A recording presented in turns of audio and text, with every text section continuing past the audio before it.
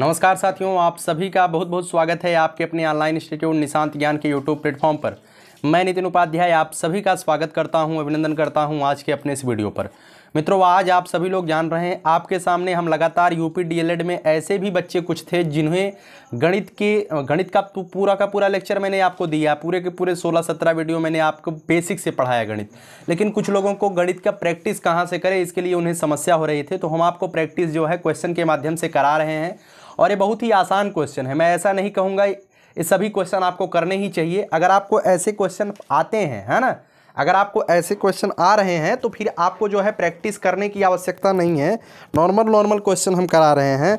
बाकी अगर आपको दिक्कत है तो आप प्रैक्टिस कर लीजिएगा। हम यहाँ नहीं कहेंगे कि आप दिन भर केवल हमारी वीडियो से प्रैक्टिस करते रहिए। आप जहाँ से प्रैक्टिस करते हैं वहाँ से आप प्रैक्टिस करिए, ठीक है। चलिए, सबसे पहली बात, अगर आप चैनल पे पहली बार आते हैं तो यार चैनल को क्या कर सकते हैं, आप सब्सक्राइब कर सकते हैं। आगे आपकी इच्छा जैसा करेंगे। अगर कम भी संख्या रहेगी तो भी हम जो है अपना काम जो है ईमानदारी से करते रहेंगे। आप सभी लोग जानते हैं कितनी ईमानदारी से हम आपके साथ काम कर रहे हैं। तो आप भी गुरु दक्षिणा के रूप में चैनल को सब्सक्राइब कर सकते हैं और वीडियो पसंद आता है तो लाइक जरूर करिएगा, ठीक है। चलिए, 36वां क्वेश्चन है, दी गई संख्याओं में से कोई दो उपयुक्त संख्या छांटकर खाली जगह की पूर्ति करिए जिससे सत्य हो जाए। ऐसे इसमें से ऐसी दो संख्या छांट दीजिए जिसमें भाग देने पर 10 आ जाए। यहाँ 100 लिख देंगे, 100 में अगर हम 10 से भाग देंगे 10 आएगा कि नहीं आएगा। इतना चीज़ें आप जानते हैं कि नहीं जानते हैं, ठीक है। ये जो सवाल है बहुत ही बेसिक सवाल है, आप सभी लोग इसे देख लीजिएगा। ऐसे भी सवाल आपके डीएलएड की परीक्षाओं में पूछे जा सकते हैं, ठीक है। इस वजह से मैंने ये सवाल लिया है, ठीक है।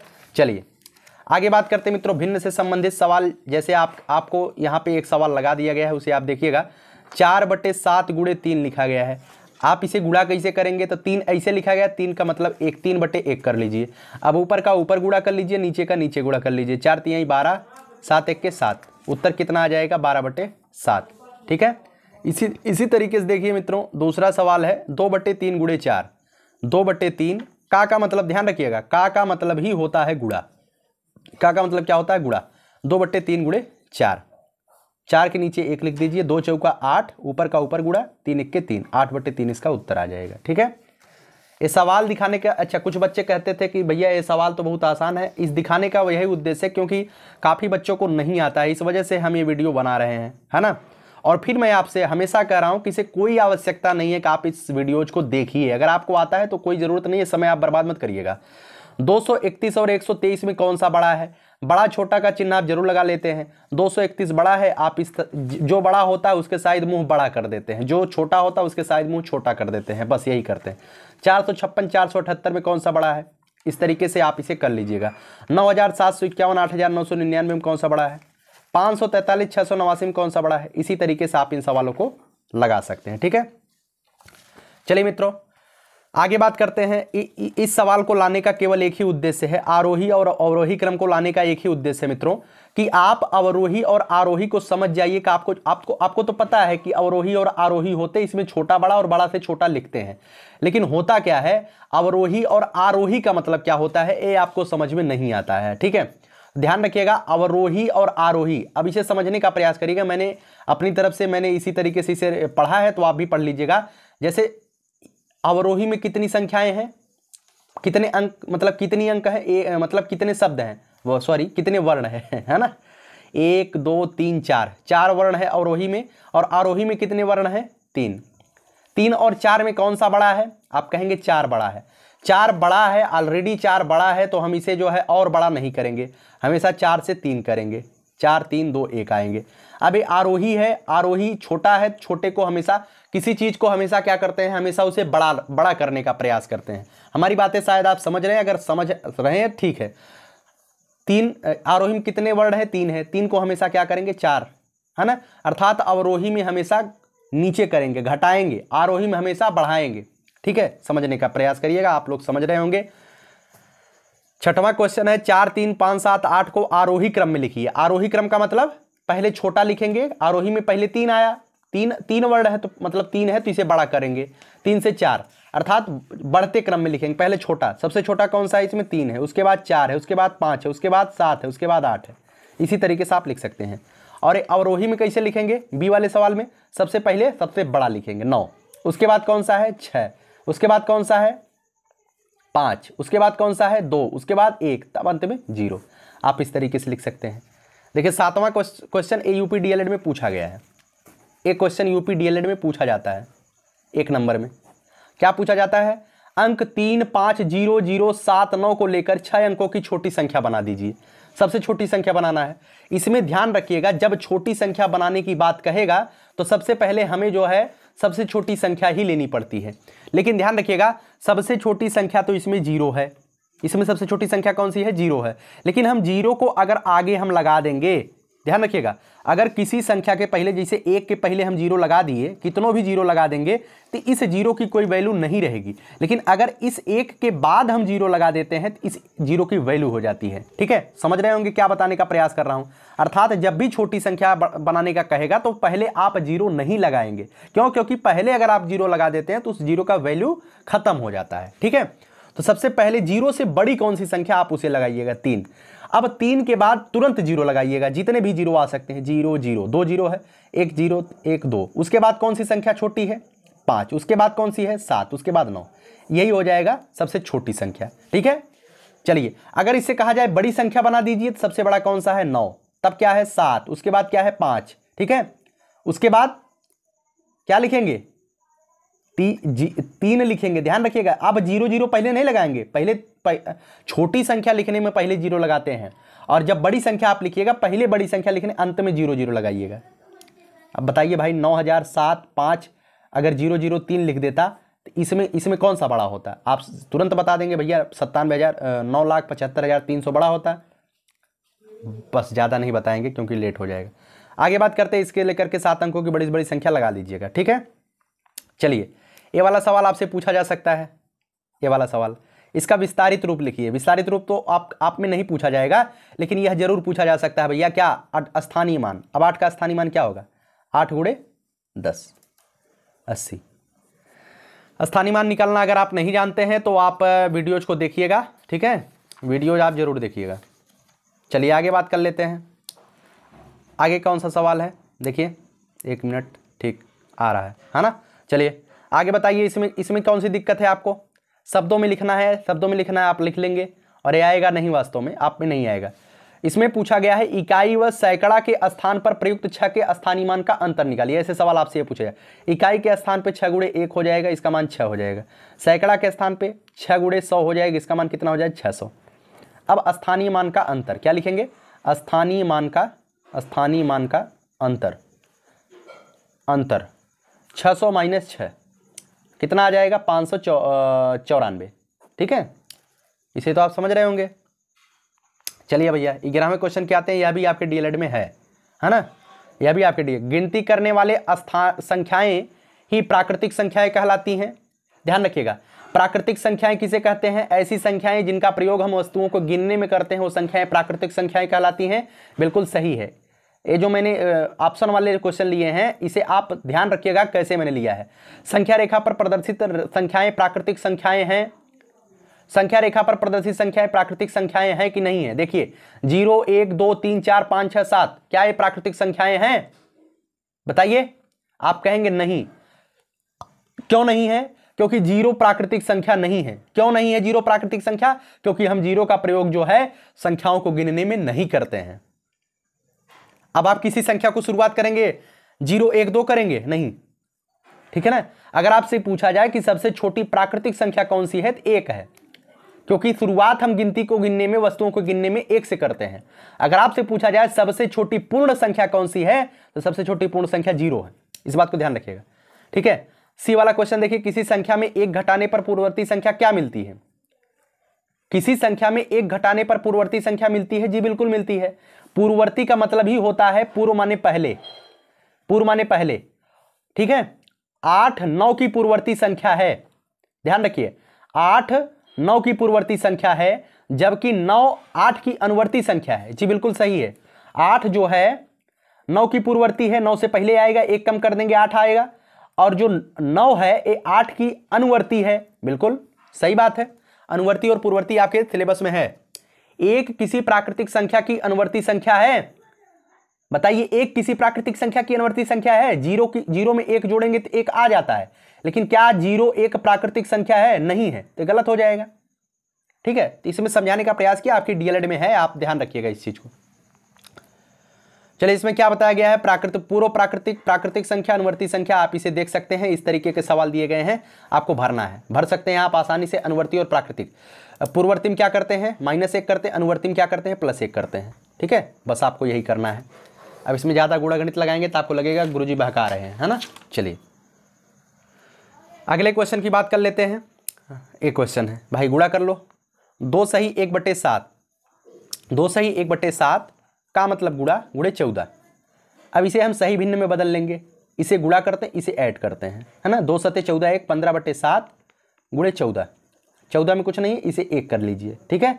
अब तिर्यक में काट सकते हैं, ऊपर नीचे काट सकते हैं एक ही संख्या, 7 1 के 7, 7 दूनी 14, यहाँ 1 बच गया, यहाँ 2 बच गया, 15 का 2 में पहाड़ा पढ़ दो, 15 दूनी 30 बटे 1 1 के 1, 30/1 है, मतलब अगर हर एक है तो उसे हम लिखते नहीं, डायरेक्टली 30 लिख देते हैं, यह भी उत्तर आपका सही हो जाएगा, ठीक है। चलिए इस सवाल को आप देख लीजिएगा, हल कर लीजिएगा, इस सवाल को आप हल कर लीजिएगा। हल कर लेंगे कि नहीं हल कर लेंगे, कुछ इसमें कुछ रॉकेट साइंस लगाना है इस सवाल को। 3 दूनी 6 1 7/3 गुणे 3/7, यहाँ से कट जाएगा, यहाँ से कट जाएगा, 1 आ जाएगा, 1/1 आ जाएगा। कोई रॉकेट साइंस इसमें लग रहा है, नहीं लग रहा है। चलिए ये 3 अंक वाला दिया गया है आपसे गुणा करने के लिए, भिन्न के सवाल भी मैं आपको आगे बताऊंगा। 4/5 25/2 गुणे 3/5 कर लीजिए, 5 बचे 25, 2 दूनी 4, 5 से 5 कैंसिल। अब ऊपर कितना बचा, 2 3 6, नीचे कितना बचा 1, 6/1 इसका उत्तर आ जाएगा। जो जिससे कटता है काटना शुरू कर दीजिए, ठीक है। 4/7 गुणे, यहाँ पे क्या भरा जाए कि जीरो आ जाए आगे, ठीक है। 4/7 में 0 से गुणा कर दीजिए, नीचे 1 कर दीजिए, 0/1। अच्छा एक चीज आप बताइए, 0 में जब आप 1 से भाग देंगे तो कितनी बार भागफल जाएगा, 0 बार जाएगा। लेकिन अगर आपसे कहा जाए 1 से 0 में भाग दीजिए, 1 में 0 से भाग दे दीजिए, तो क्या आप निकाल पाएंगे, नहीं निकाल पाते। इसे हम अपरिभाषित इस तरीके से दर्शा देते हैं, किसी भी संख्या में यदि 0 से भाग देना होता है ना, तो उसे हम इनफाइनाइट दर्शा देते हैं, और 0 में अगर किसी संख्या से भाग दें तो उसका मान हमेशा 0 आता है। इस बात को आप समझ सकते हैं। 3/5 में किससे गुणा किया जाए कि एक आ जाए, कर लेंगे इसे, चलिए कर लेंगे, मुझे विश्वास है। सवाल केवल आपको दिखा रहा हूं, और विश्वास तो वैसे भी है क्योंकि आप लोग तेज बच्चे हैं, कमजोर नहीं हैं। चलिए 39वां क्वेश्चन आपके सामने क्या है। एक शिक्षक ने विद्यालय के एक खाली भाग को 1/3 भाग में फूलों का बगीचा तैयार कर दिया, बगीचा, और खाली भाग के शेष भाग में, खाली भाग के 1/3 भाग में फूलों का बगीचा तैयार कर दिया, और खाली भाग के शेष भाग में किचन गार्डन का निर्माण कर दिया।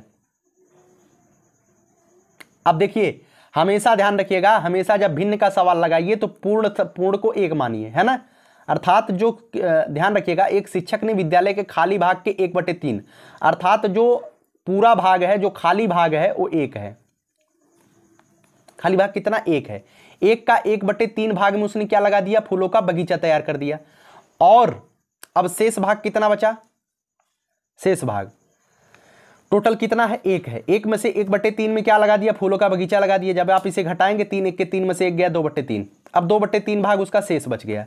अब शेष भाग में किचन गार्डन का निर्माण कर दिया, इसमें जो है किचन गार्डन बनवा दिया। क्या बनवा दिया, किचन गार्डन। किचन गार्डन के आधे भाग में टमाटर लगा दिया। किचन गार्डन के आधे भाग में, आधा का मतलब क्या होता है, आधा का मतलब होता है /2, /2/1 कर दीजिए। 2/3 का मतलब, एक चीज मैं आपको बताना चाहूंगा, ध्यान रखिएगा, यहां पर ध्यान लिखिए। अगर 5/4 दिया गया है तो इसका मतलब 5 में 4 से भाग करने के लिए दिया गया है। अगर 2/3, ध्यान रखिए, दिख नहीं रहा है आपको, यहां पे देखिए 2/3/2 कर दिया गया, तो 2/3/2 का मतलब 2/1 कर दीजिए। इसका मतलब है 2/3 भागे 2/1, इसका मतलब है 2/3 गुणे 1/2, 2 कैंसिल, 1/3, है ना। तो क्या कर दिया गया, टमाटर, किचन गार्डन के आधे भाग में टमाटर लगाया। खाली भाग के कितने हिस्से में टमाटर लगाया गया, बताइए कितने हिस्से में लगाया गया, 1/3 हिस्से में टमाटर लगा दिया। ध्यान रखिए, अगला सवाल है, एक पुस्तकालय में 15 अलमारी है और प्रत्येक अलमारी का 3/4 भाग पुस्तकों से भरा है। कितनी अलमारी है टोटल, 15 अलमारी है और प्रत्येक अलमारी का 3/4 भाग पुस्तकों से भरा है। पुस्तकालय में रखी अलमारी का कुल कितना भाग पुस्तकों से भरा है? 15 अलमारी है, 3/4 भाग पुस्तकों से भरा है, तो इसमें 3/4 से गुणा कर दो और कुछ नहीं करना है। 15 3 45/4, इतना भाग जो है पुस्तकों से भरा हुआ है। 15 अलमारी है और प्रत्येक अलमारी का 3/4 भाग पुस्तकों से भरा हुआ है। प्रत्येक अलमारी का, एक अलमारी का 3/4 भाग पुस्तकों से भरा है, तो पुस्तकालय में रखी अलमारी का कुल कितना भाग पुस्तकों से भरा है? 3/4 भाग एक अलमारी में भरा हुआ है, 15 अलमारी में कितना भाग भरा होगा? 15 × 3/4 कर दो, 45/4 भाग भर गया। ठीक है, चलिए अगले क्वेश्चन की बात कर लेते हैं। ए भी गुणा दिया गया है, भाग करने के लिए कहा गया। 8/5 में भाग कर दो, 2 से करो भाग। 8/5 यहाँ देखिए, 8/5 भाग की जगह गुणा 2/1 है तो 1/2 से कर दो, 2 चौका 8, 4/5 आ जाएगा। ठीक है, चलिए इसे भाग कर दीजिएगा आप सभी लोग, इसे भाग कर दीजिएगा। 12/8 में 4 से कैसे लिखेंगे? 12/8 गुणे 1/4। ठीक है, इसी तरीके से कर दीजिए। 4 3 12, 3/8 हो से ना मतलब। ठीक, चलिए आगे बात करते हैं। आप इसे भाग कर लीजिएगा, क्या दिया गया है? 9/15 भागे 2, भाग कर लीजिएगा आसानी से। अब इस सवाल में आपको देता हूं, आप लगा के दिखाइएगा। हीरालाल ने एक तरबूज को 2 बराबर भाग में करके यश और कुश को दिया। इस सवाल को आपको कमेंट बॉक्स में बताना है अगर आप जानते हैं। हीरालाल ने एक तरबूज को 2 बराबर भागों में बांटकर यश और कुश को दिया। यश ने उस भाग के 4 बराबर भागों में बांट दिया, 1 भाग रेणु को दिया। तो रेणु को उस तरबूज का कितना अंश? 1/2 यश को मिला, 1/2 कुश को मिला। आधा का मतलब यही हुआ ना। यश ने उस भाग के 4 भाग करके 1 भाग रेणु कर दे दिया। अब इसके पास 1/2 है, अब इसका 4 भाग कर दिया है, अर्थात 1/2 भागे 4, मतलब यहाँ देखिए 1/2 गुणे 1/4। भाग की जगह गुणा करते हैं, उसके पलट देते, इसे पलटते हैं। इतना आप ध्यान रखिएगा। कितना आ गया? 1/8। 1/8 कर दिया, 4 भाग कर दिया हो, 4 भाग करके 1 भाग रेणु को दे दिया, अर्थात कितना? रेणु को उस तरबूज का कितना हिस्सा मिला? 1/8 हिस्सा मिला। उम्मीद है कि आप समझ गए होंगे, ज़्यादा कुछ इसमें रॉकेट साइंस नहीं लगाना था। चलिए इन सवालों को आपको करना है, ये सवाल आप करने हैं, बिल्कुल 5 सवाल आप करिएगा, प्रैक्टिस के लिए मैं दे रहा हूँ। एक बॉक्सिंग रिंग वर्गाकार को एक पूरा घेरा, चारों तरफ से इतने मीटर लंबी रस्सी लगती है। एक तरफ रस्सी की लंबाई कितनी होगी? पूरे तरफ, चारों तरफ जो है 26 सही 1/2 लगता है, तो चारों तरफ इतना लगता है, तो एक तरफ कितना लगेगा? क्या करेंगे आप? भाग कर दीजिएगा आसानी से। किससे भाग करेंगे? 4 से। ठीक है, चलिए एक बच्ची कह रही थी सर ए वाला सवाल हमको नहीं आता, ये हमें बताना, इसी वजह से मैं उसके लिए स्पेशल बता रहा हूँ। चलिए इसमें कितने पद हैं? 2 पद हैं। जितने चिन्ह उतने पद। इसमें कितने चिन्ह हैं? 1 चिन्ह है तो 1 पद। इसमें कितने पद हैं? 3 पद। इसमें कितने चिन्ह हैं? 1 2 3, 3 पद। इसमें कितने? 2 पद। इसमें 2 पद, इसमें 3 पद, इसमें 3 पद। जितने चिन्ह रहेंगे, ध्यान रखिएगा, बीजी व्यंजक में जब आप पद छांटेंगे तो जितने चिन्ह रहेंगे उतने पद हो जाएंगे। कुछ लोग कहेंगे भैया इसमें तो 1 2 ये चिन्ह है, इसमें 1 2 चिन्ह है, तो कहाँ से 3 हो जाएगा? भाई इसके सामने भी प्लस लगा हुआ है, ठीक है, तो यह 3 पद हो जाएगा। ठीक, चलिए इसे आपको सरल करना है। एक को गुणा नहीं आ रहा था, माइनस प्लस और माइनस, प्लस और माइनस का ध्यान रखिएगा। प्लस गुणे प्लस बराबर हमेशा प्लस होता है। कहाँ लिख रहा हूँ? प्लस गुणे प्लस बराबर हमेशा प्लस होता है। ठीक है, माइनस गुणे माइनस बराबर हमेशा माइनस होता है। प्लस गुणे माइनस बराबर हमेशा माइनस माइनस प्लस होता है। ठीक है, प्लस गुणे माइनस बराबर हमेशा माइनस होता है, और माइनस गुणे माइनस माइनस गुणे प्लस बराबर हमेशा माइनस होता है। अर्थात एक चीज़ आप ध्यान रखिएगा, सजातीय चिन्हों का गुणा हमेशा धनात्मक होगा, चाहे वो सजातीय चिन्ह प्लस प्लस हो, चाहे वो माइनस माइनस हो। और विजातीय चिन्ह जो प्लस माइनस है, विजातीय चिन्हों का गुणा हमेशा निगेटिव होता है, ऋणात्मक होता है। ठीक है, चाहे वो प्लस माइनस हो, चाहे वो माइनस प्लस हो। ठीक, चलिए ये सवाल आपको, इसी सवाल को बताने के लिए मैं बता रहा हूँ। a + b minus a + b। अब बीच में माइनस लगा है, अंदर माइनस जाएगा तो गुणा होगा माइनस का। इसे a + b ऐसे लिखिए, लेकिन अंदर इसका गुणा करेंगे, माइनस का प्लस में गुणा करेंगे। a के आगे कुछ नहीं लगा तो इसका मतलब प्लस लगा है। प्लस और माइनस का गुणा -a, माइनस प्लस का गुणा -b। ठीक है। अब इसे देखिए, बी प्लस का है, बी माइनस का है, कट जाएगा, ए प्लस का है, ए माइनस का है, कट जाएगा, कितना आ जाएगा 0। ठीक है, उम्मीद है समझ गए होंगे। यहाँ पे देखिए माइनस लगा है, कुछ अच्छा कुछ लोग कहेंगे भाई गलत बता दिए, देख लीजिए, यह भी देख लीजिए, ए माइनस बी, मैं अपनी तरफ से लिख दिया उसे, ए माइनस बी माइनस ए प्लस बी। ठीक है, तो ए माइनस बी माइनस ए माइनस बी, ए से ए कट जाएगा, माइनस बी और माइनस बी माइनस 2b आ जाएगा। ठीक है, ये सभी सवाल मैं आपको केवल प्रैक्टिस के लिए दे रहा हूं, इसी तरीके से आपको ये प्रैक्टिस करने हैं, प्रैक्टिस करके आप जरूर बताइएगा। ठीक है, 8वें सवाल को मैं आपके सामने बता देता हूं, इसे आपको हल करना है। x माइनस वाई, केवल चिन्हों का गुणा आपको करना है। प्लस का गुणा अंदर करिए, plus 2y, plus minus minus x, minus गुणा अंदर करिए, माइनस एक्स, माइनस और प्लस गुणा माइनस, और माइनस माइनस गुणा प्लस वाई। अब आपको क्या करना है, काटना पीटना है। y प्लस का y माइनस का कट जाएगा, कटेगा नहीं कटेगा, x प्लस का x माइनस का कट जाएगा, इधर क्या बचा 2y, इधर क्या बचा माइनस एक्स, उत्तर आ जाएगा। ठीक है, चलिए इसमें दिया गया है सजातीय व्यंजकों का मिलान करना है। जैसे माइनस एक्स वाई जेड जहाँ है वहाँ, मतलब इस पटीदार खोजना, मतलब इसका पड़ोसी खोजना है जो इसका बिरादर हो। पी स्क्वायर क्यू आर कहाँ है भैया, पी स्क्वायर क्यू आर यहाँ है, मिला दो इसे।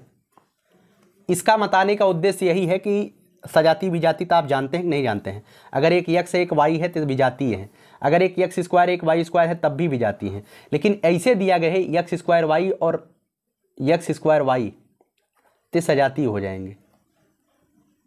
ठीक है, चलिए आप इधर ध्यान रखिए, एक्स स्क्वायर जेड कहाँ है, ध्यान रखिए एक्स स्क्वायर जेड कहाँ है, देखिए यहाँ पे है, आपको नहीं दिख रहा है, देखिए यहाँ पे है, ऐसे कर लीजिएगा इसे। ठीक है, चलिए अब इसे नीचे वाला सवाल अब बहुत हल्के हैं, दिखाने लायक नहीं। आगे देखिए, इन सवालों को आपको करना है। 2p Q square minus 3p Q square, P square Q square minus 5p Q square, बस आपको यही करना है, इतना ही करना है। ऐसे ही सवाल आपके पूछे जाते हैं। 5xy, अब देखिए हाँ एक चीज़ मैं आपको बता दूं, पहले कौन सा ब्रैकेट हल किया जाता है, पहले छोटा ब्रैकेट, तब मझला ब्रैकेट, तब बड़ा ब्रैकेट। ठीक है, इसमें पहले आप क्या करेंगे, पहले जो है छोटा ब्रैकेट हल करेंगे। 2x माइनस का अंदर गुणा करिए, minus Z minus 5y, minus minus plus हो जाएगा, यहाँ गुणा करेंगे तो प्लस हो जाएगा, प्लस 5y, ए वाला ब्रैकेट। ठीक, 5xy प्लस 3z माइनस, अब अंदर गुणा करिए, 2x plus z minus 5y। ठीक है, अब इसका अंदर गुणा कर दीजिए, 5xy plus 3z minus 2x plus z minus 5y, ये उत्तर आ जाएगा। ठीक है, अब जैसे कुछ सजाती हैं जोड़ सकते हैं आप, इसे और इसे जोड़ लीजिएगा, 5xy plus 4z minus 2x minus 5y, ऐसे लिख सकते। जो सजाती हैं आप अंत में जोड़ सकते हैं, उसे जोड़िएगा, जरूर जोड़िएगा। इस सवाल को आप स्वयं लगाना है। ठीक है, चलिए 9वें सवाल पे आ जाइए। दी गई आकृति में परिमाप ज्ञात कीजिए। क्या करना है, परिमाप आपको ज्ञात करना है। a प्लस बी, ए का मान 2 है, बी का मान 3 है। ये कौन सी आकृति, आप कहेंगे भैया वर्ग है। वर्ग में क्या होता है, वर्ग का परिमाप 4a होता है, 4 गुणे भुजा, ए का मतलब भुजा, और भुजा a प्लस बी में दिया है, ए का मान 2 है, बी का मान 3 है, 2 प्लस 3 करेंगे तो 5 आ जाएगा, अर्थात भुजा 5 है। भुजा कितनी है, 5 है, इसका परिमाप क्या हो जाएगा, 5 गुणे 4, 5 चौका 20।